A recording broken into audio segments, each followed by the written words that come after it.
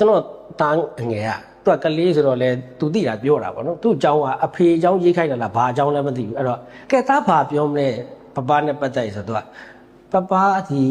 တန်တန်ကိုမုတ်ကျွေးသည်ပြကြကစားကွင်းလိုက်ပို့သည်သူအဲ့ဒါတွေပြောတယ်ဆိုတော့အဲ့တော့သူပြောသူစဉ်းစားတဲ့ထဲမှာ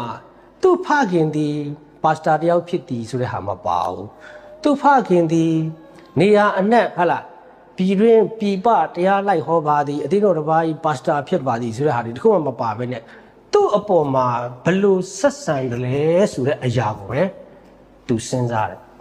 ဒီကောင်မတော်ဖခင်တယောက်ဒီမိသားစုမှာ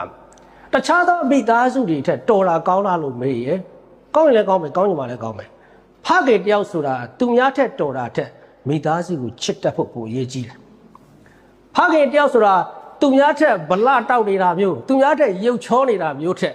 ကိုယ့်ရဲ့ဇနီးတွေကိုချစ်တဲ့ခြင်းမျိုးနဲ့ကိုယ့်ရဲ့သားသမီးကိုစစ်မှန်စွာချစ်ခင်ခြင်းနဲ့ပြိုးထောင်ခြင်းကအဓိကလိုအပ်ချက်ဖြစ်တယ်။အဲဒါကြောင့်ကျွန်တော်တို့ကိုယ်ကွယ်တဲ့ဖခင်ဟာအခြားတစ်ပါးသောဖခင်ထက်ကြီးလားသေးလားကျွန်တော်စိတ်ဝင်စားဘူး။ကျွန်တော်တို့အပေါ်မှာဘလို့ဆက်ဆံတယ်လဲပဲကျွန်တော်စိတ်ဝင်စားတယ်ဟာလေလုယာ။